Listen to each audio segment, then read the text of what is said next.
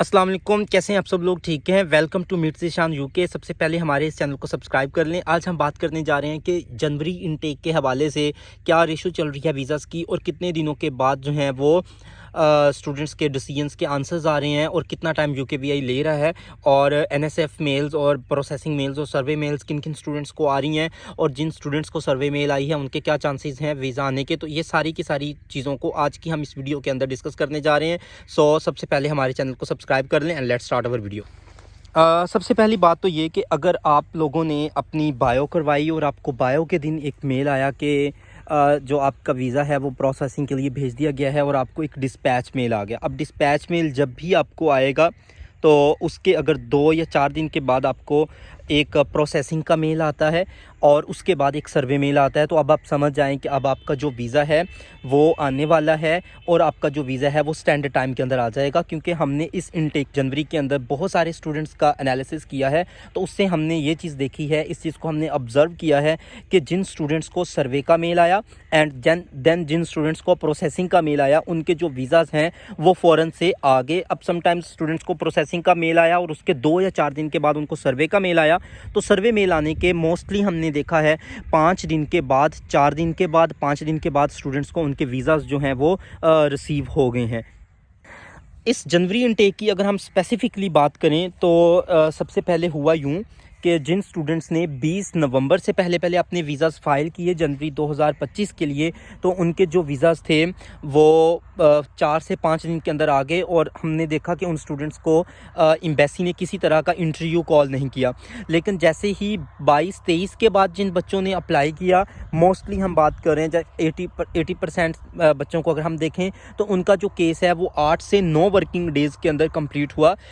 Working days का मतलब है कि उसके अंदर हमने सैटरडे और संडे को एक्सक्लूड कर दिया और हमने सैटरडे और संडे को उसके अंदर कंसीडर नहीं किया।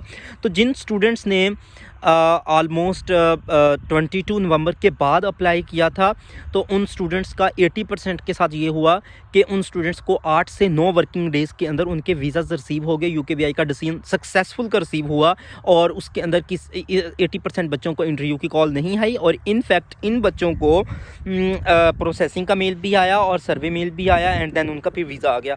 अब कुछ यूनिवर्सिटीज़ ऐसी हैं, मैं स्पेसिफिकली उन यूनिवर्सिटीज़ को कंसिडर या यहाँ पर नाम नहीं लेता, क्योंकि फिर यूनिवर्सिटीज़ का भी एक आ जाता है कि हमारी ही यूनिवर्सिटी को टारगेट क्यों किया आप लोगों ने।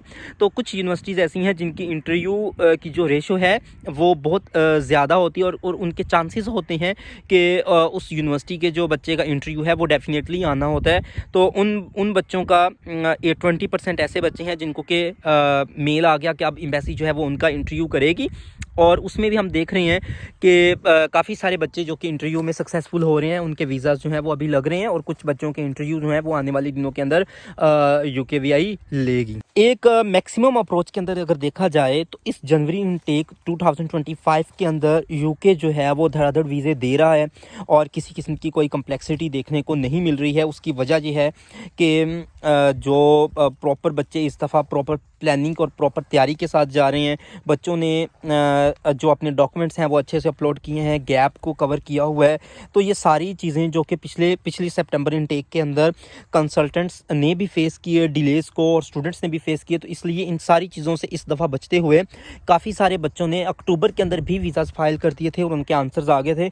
तो वो जो एक बहुत ज़्यादा लोड था वो अब स्टूडेंट्स पर इस इनटेक के अंदर अभी तक कम देखने में नज़र आ रहा है कि यूकेवीआई जो है वो रिस्पॉन्स दे रही है 8 से 9 वर्किंग डेज़ के अंदर। जी, तो जो बेसिकली यूके की जनवरी इनटेक है वो इस वक्त अपने पीक पर है, और मैं स्टूडेंट्स को सजेस्ट करूंगा कि इस वक्त स्टूडेंट्स जो हैं वो ऑलमोस्ट अपनी वीज़ा फाइल करने की तरफ जा रहे हैं।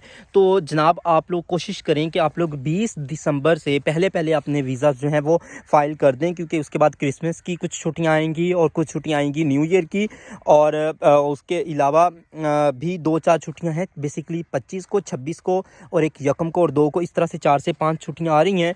तो आप लोग कोशिश करें कि आप 20 से पहले जो है वो अपना वीज़ा फ़ाइल कर दें, ताकि आपका जो रिस्पॉन्स है वो विद इन द टाइम जो है वो आपको दिया गया है यूनिवर्सिटी की तरफ से उसके अंदर आ जाए और आप लोगों को किसी किस्म की कोई परेशानी ना हो। क्योंकि हो सकता है कि at the end of the दिसंबर पर जो भी बंदे वीज़ा फ़ाइल करें उनके अंदर थोड़ा सा डिले आ जाए।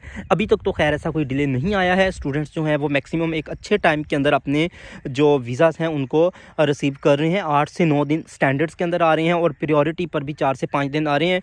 तो मेरी आप लोगों से ये रिक्वेस्ट है या ये सजेशन है कि अगर आप लोगों की इनरोलमेंट डे अभी 10 से 15 दिन ज़्यादा पड़े हुए हैं तो आप लोग डेफ़िनेटली स्टैंडर्ड पर जाएं। आप लोगों को प्रायोरिटी पर ज़्यादा पैसे देकर अपना वीज़ा फ़ाइल करने की ज़रूरत बिल्कुल ही नहीं है।